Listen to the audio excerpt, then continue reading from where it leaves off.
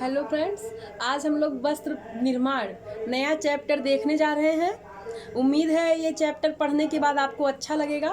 चलिए हम लोग शुरू करते हैं वस्त्र निर्माण। तो सबसे पहले फ्रेंड आपको बता दें कि वस्त्र निर्माण कैसे किया जाता है और किन किन विधियों से किया जाता है। ठीक है, इसके पहले हमने देखा था धागा निर्माण, और उसके पहले हम लोग वस्त्र विज्ञान में वस्त्र का इतिहास पढ़ चुके हैं। कई सारे चैप्टर हम लोग पढ़ चुके हैं। अब हम लोग देख रहे हैं धागा निर्माण, वस्त्र निर्माण, धागा निर्माण हमने देखा है। अब वस्त्र निर्माण हम कैसे करेंगे, तो हम लोगों ने समझा था कि जो सूत होता है यानी धागा होता है, ये किससे बनता है? ये यार्न से बनता है, यानी कि ये आपके रेशों से और किससे?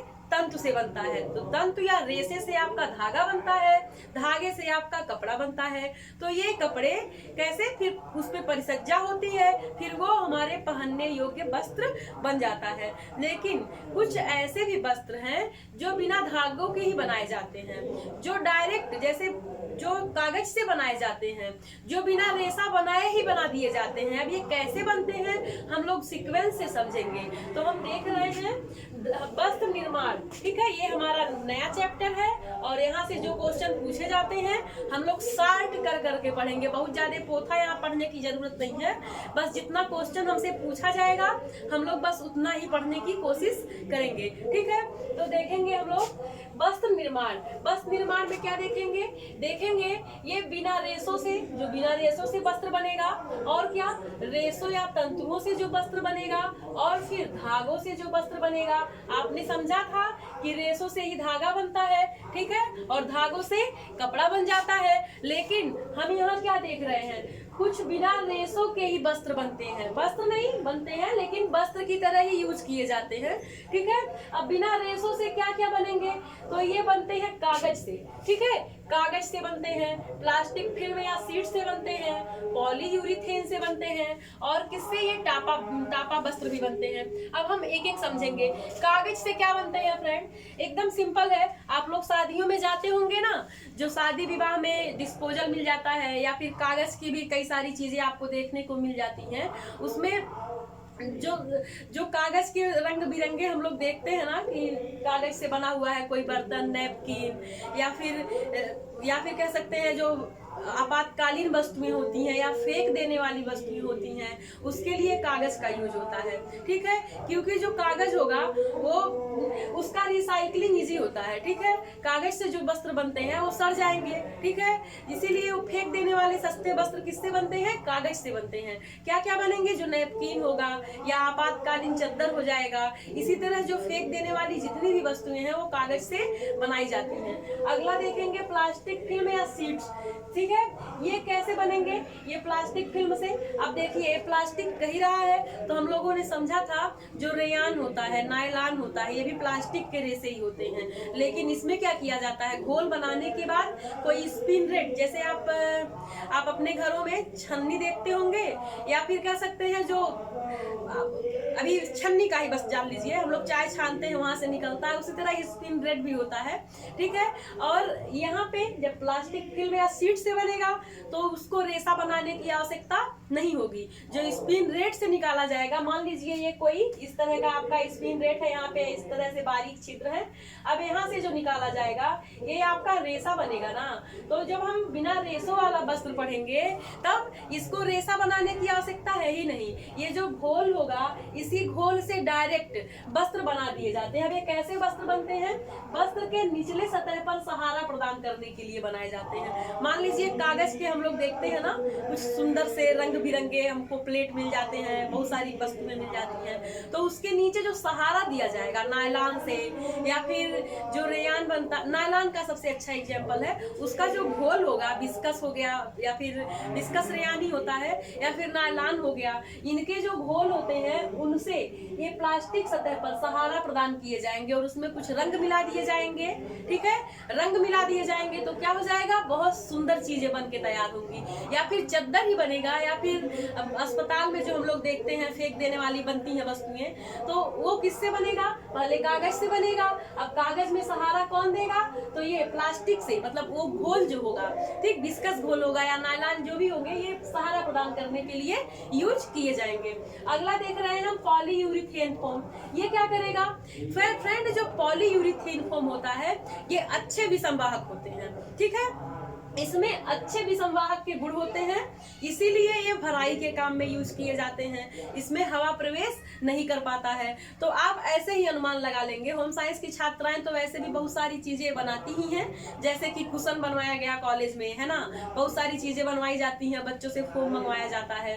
तो जो फोम की तरह हम लोग यूज करते हैं, जो कुशन भराई के लिए यूज होता है, जो कोट बनाने के लिए यूज होता है, टोपी बनता है, छाता बनता है, बैग बनता है, इस तरह के जिसमें बनाए इस तरह की चीजें जब बनाई जाएंगी तो हम लोग किसके लिए ये पॉलीयूरिथीन फोम का हम लोग यूज करते हैं। क्यों? क्योंकि ये हवा का प्रवेश नहीं होने देते हैं, अच्छे विसंवाहक के इसमें गुण होते हैं। अगला हम लोग देखेंगे टापा वस्त्र।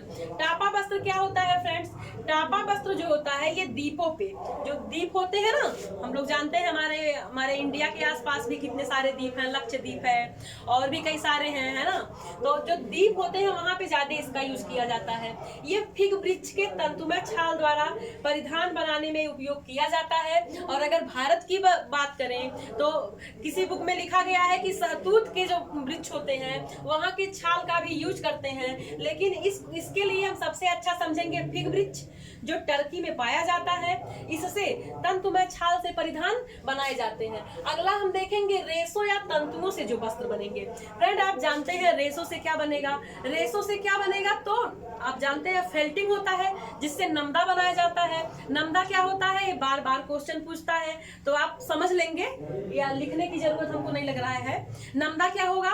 नमदा जो रेशे होंगे, यानी जो टूटे फूटे रेशे होते हैं ना, हम लोग पढ़े थे carding, combing, drawing out, roving, spinning. जब हम लोग कार्डिंग कर दिए, कम्बिंग कर दिए तो कुछ छोटे रेशे बच गए। आप समझ पा रहे होंगे, कार्डिंग किए, ठीक, कम्बिंग किए तो क्या हुए? रेशे, छोटे रेशे बन गए। अब वो जो छोटे रेशे हैं उससे धागा बनाना पॉसिबल नहीं होता है, या फिर अच्छी क्वालिटी के धागे नहीं बनते हैं, इसीलिए उसका भी तो यूज करेंगे ही, क्योंकि मुश्किल से मिलता है, हम लोग कोई चीज बर्बाद तो नहीं कर सकते।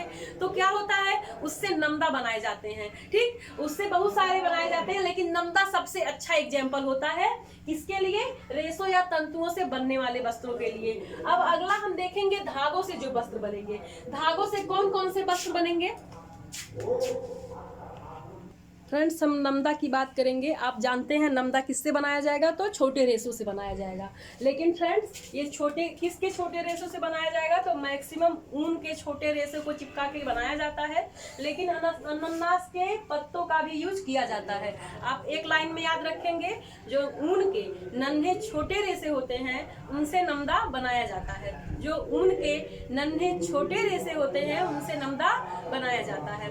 अगला है फ्रेंड्स सुई द्वारा पंच करके जालीनुमा वस्त्र। हम बात कर रहे हैं तंतु या रेशों से बनने वाले वस्त्रों की। आपको स्पष्ट होगा, नमदा हमने जान लिया है किससे बनाया जाएगा, तो रेशों को चिपका करके बनाया जाएगा, जिसे फेल्टिंग भी कहते हैं। पूछ लिया जाता है फेल्टिंग क्या है, तो नमदा और फेल्टिंग एक ही चीज है। इसको चिपका करके बनाया जाएगा, रेशे चिपका करके। अनानास के पत्तों का यूज होता है और ऊन के रेशे का यूज होता है, ठीक है। अगला देखेंगे सुई द्वारा पंच करके या जालीनुमा वस्त्र। जालीनुमा वस्त्र कैसे बनेगा? ये जालीनुमा जो वस्त्र बनता है ये टोपी या परिधान हेतु यूज होता है, ठीक है फ्रेंड्स। जालीनुमा जो वस्त्र होता है, सॉरी फ्रेंड्स आज डिस्टरबेंस कुछ ज़्यादा ही है, लेकिन फिर भी हम समझा रहे हैं, आपको समझ में आएगा ही। जो सुई द्वारा पंच करके जालीनुमा वस्त्र बनाया जाता है उससे क्या क्या बनेगा? तो टोपी परिधान कर सकते हैं, इस टाइप के वस्त्र बनाए जाते हैं। अगला है बांडेड या बिना बुना वस्त्र, ठीक है फ्रेंड। बांडेड या बिना बुना वस्त्र, आप इससे समझ पा रहे होंगे कि बांड होता क्या है, कैसे इसमें बांड बनाएंगे। तो आप यहाँ देखिए लिखा भी है एक लाइन, रेशों को चपटा करके चादर के रूप में बिछा करके, ठीक है, रेशों को चपटा करके चादर के रूप में बिछा करके इसका यूज किया जाता है। जैसे आप लोग जानते हैं टेंटरिंग, अभी हम परिसज्जा नहीं पढ़ाए हैं, लेकिन जो टेंटरिंग परिसज्जा होती है, मान लीजिए ये चादर है, ठीक है, इस तरह का, आपको नहीं दिख रहा होगा, एक मिनट, ये मान लीजिए चादर है, ठीक है, इस तरह का, और यहाँ हम देखेंगे 90 अंश का कोण चारों तरफ बन पा रहा है कि नहीं। अगर हम बांडेड बिना बुना वस्त्र जब हम यूज करेंगे, बांडेड का रेशा यूज करेंगे बांडेड वस्त्र बनाने के लिए, तो इसको क्या करेंगे, ये हम फैलाएंगे, ठीक है, चद्दर की तरह रेशे को क्या करेंगे, फैलाएंगे। अब फैलाने के बाद क्या करेंगे, इसको चपटा करके फैलाएंगे, ठीक है। फैलाने के बाद हम देखेंगे कि चारों तरफ 90 अंश का कोण बन रहा है कि नहीं। इसको बनाने के लिए कलाकार की बस इतनी ही गुणवत्ता होती है कि ये देख पाए कि हमने रेशे ठीक से लगाए हैं कि नहीं लगाए हैं, उसमें 90 अंश का कोण बन पा रहा है कि नहीं। इसको स्पन बांड भी कहते हैं, याद रखिएगा फ्रेंड्स।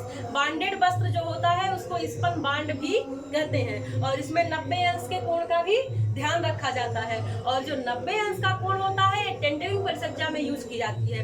आपको जो भी समझ में आ रहा होगा, थोड़ा थोड़ा ऊपर से भी जा रहा होगा, इसके लिए आप बुक पढ़ें। जो लोग पढ़ चुके हैं उनके तो ऊपर से नहीं जाएगा, लेकिन जो लोग नए होंगे उनके थोड़ा थोड़ा ऊपर से आज वाला चैप्टर जा रहा होगा। लेकिन इसके लिए आप बुक पढ़ें। अगर आपको नहीं समझ में आया है तो कमेंट बॉक्स में लिखें, ठीक है। अगर हमको लगेगा कि इस पे और भी वीडियो बनाना चाहिए तो आप इसके लिए कमेंट बॉक्स में लिखेंगे, तभी हम समझ पाएंगे।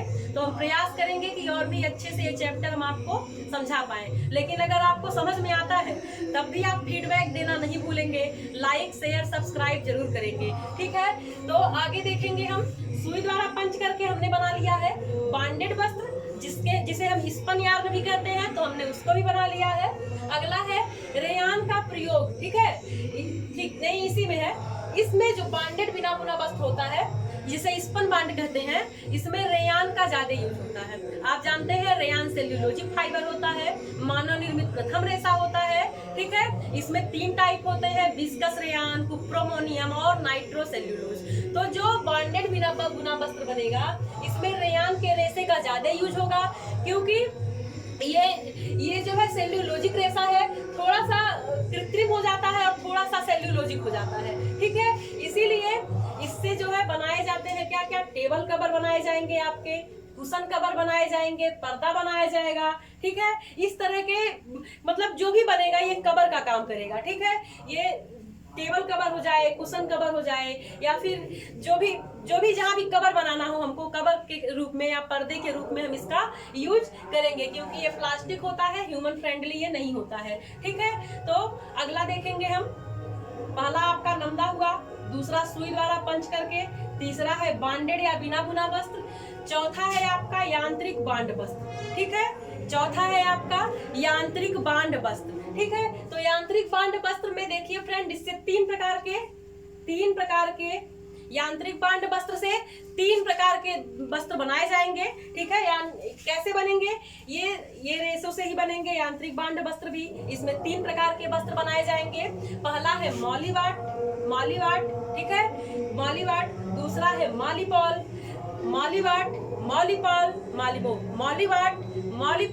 मालिबो। कितना इजी है, आप याद कर लेंगे। तो जो मॉलीवाट बनता है फ्रेंड्स, इसका वस्त्र खुरदरा बनता है, खुरदरा रुच कह सकते हैं, ठीक है। अगला है मॉलीपॉल, इससे कालीन या कंबल या कोट बनाए जाते हैं। और मॉलिमो जो है, इसका तो विवरण बहुत कम ही मिलता है, तो हम याद रखेंगे मॉलीवाट, मॉलीपॉल, मॉलिमो किससे बनता है, यांत्रिक बांड वस्त्र से बनता है। मॉलीवाट, मॉलीपॉल, मॉलिमो किससे बनता है, तो हम कहेंगे ये यांत्रिक बांड वस्त्र से बनता है। अगला है लेमिनेटेड वस्त्र। लेमिनेटेड वस्त्र भी इससे बनने वाले एक क्विल्ट विधि होती है। दूसरा वस्त्र को फोम से चिपका कर, तीसरा है वस्त्र से वस्त्र को चिपका करके। अब क्विल्ट विधि क्या होती है फ्रेंड, आप अपने घरों में देखते होंगे, जो महिलाएं हैं आप देखते होंगे, मैक्सिमम तो मुस्लिम घरों में मिल जाता है, गांव में अगर आप जाएंगे वहां भी मिल जाता है। तो क्या होता है, वस्त्र लगा दिया जाता है उसमें रुई भर के। इसका यूज मैक्सिमम घरों में होता है, मेरे कहने का बस इतना सेंस है, एक लाइन में आप समझे। क्विल्ट विधि का यूज मैक्सिमम कहाँ होगा, घर में होगा। इसमें फोम का यूज किया जाएगा, ये अपने अकॉर्डिंग क्विल्ट करके बनाया जाता है। अगला है वस्त्र फोम से चिपका कर, ठीक है, वस्त्र को फोम से चिपका करके बनाएंगे, इसको भी लेमिनेटेड विधि कहते हैं। और अगला है वस्त्र से वस्त्र को चिपका करके। आप प्रैक्टिकली करके देख लीजिएगा, आप होम साइंस के स्टूडेंट हैं, इतना तो आपको समझ में आता ही होगा कि क्या करना है, तो आप समझ पा रहे होंगे।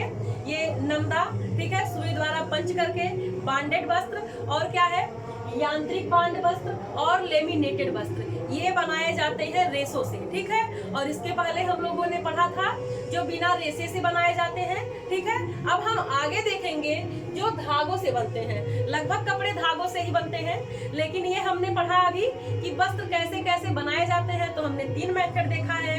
एक देखा है बिना रेशों से, ठीक, दूसरा देखा है रेशों से, अब तीसरा देखेंगे धागों से। और आप सभी जानते हैं रेशों से ही धागा बनता है। अगर आपको रेशा नहीं मिलता है तो आप ढूंढेंगे क्या, यार्न ढूंढेंगे, इंग्लिश में चले जाएंगे, ठीक है। यार्न नहीं, फैब्रिक ढूंढेंगे, ठीक है। फैब्रिक, यार्न आपको पहले ही पढ़ाए हैं, रेशा धागा कैसे बनता है।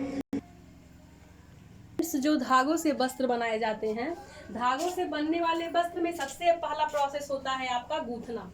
क्या प्रोसेस होता है? गूंथना, ठीक है। गूंथना किसे कहते हैं? हम लोग अपनी चोटियां गूंथते हैं तो हम लोगों को पता ही है कि 3 रेशे का यूज होता है। पूछता है गूंथने में कितने रेशे का यूज होगा, धागे का यूज होगा, तो 3 धागों का। हम लोग ऐसे बनाते हैं ना, इस तरह से कुछ आता है, इस तरह से, फिर इधर इस तरह से, ठीक है। तो गूंथना तो आप जान ही रहे हैं, ठीक है। गूंथने वाले कौन कौन से बनेंगे? जैसे जूते का लेस हो गया, ठीक है, तार हो गया, इस तरह से चपटे और सकरी चीज वस्त्र जो बनाए जाएंगे। चपटे सकरे जैसे आप तार देखते होंगे, सिंपल सा एग्जाम्पल है, आप चोटी देख लीजिए, या फिर जूते का लेस हो गया। इस तरह जहाँ गूंथने वाली लंबी चीजों की यूज होगी उस वहां पे बनता है गूंथने से। इससे चपटे व सकरे वस्त्र बनते हैं जिसे फ्लोटिंग कहा जाता है। ये लाइन अनिवार्य है। इससे चपटे व सकरे वस्त्र बनते हैं जिसे फ्लोटिंग कहा जाता है। अगला है नीटिंग, ठीक है। नीटिंग विधि से तो वस्त्र बनता ही है। एक होता है वार्प नीटिंग, दूसरा होता है वेफ्ट नीटिंग। हम लोग इसको विस्तार से आगे पढ़ेंगे, बस यहाँ जान लेते हैं। वेफ्ट नीटिंग बाना बुनाई होती है और वार्प नीटिंग ताना बुनाई होती है, ठीक है। इसमें बेल, कोर्सेस, कैसे कैसे कौन से वस्त्र बनते हैं, कहाँ बाना यूज होता है, कहाँ ताना यूज होता है, ये हम आगे पढ़ेंगे। आगे चैप्टर आएगा, इसी चैप्टर में है। अगला है जाली। जाली भी धागों से ही बनाई जाती है। अगला है बुनाई। हमारे घरों में जो हाथ से बुनाई की जाती है उसको हम कहते हैं, ठीक है। आगे इसके बाद ये चैप्टर हम यहीं आज क्लोज कर रहे हैं क्योंकि आज डिस्टरबेंस कुछ ज्यादा है, ठीक है। आगे हम नेक्स्ट वीडियो जब बनाएंगे तो कोशिश करेंगे कि रात में बनाएं जब लोग सो जाएं, क्योंकि बहुत ज्यादा डिस्टरबेंस है। उम्मीद है फ्रेंड्स कि आपको समझ में आएगा ये वीडियो। आज हम शुरू कर दिए थे इसीलिए पढ़ा दिए, हमने सोचा चैप्टर कंप्लीट कर दे कुछ हद तक, लेकिन आज शायद बनाना नहीं चाहिए था, ठीक है। Thank you for watching. आपको ये वीडियो पसंद आए तो please like, share and subscribe.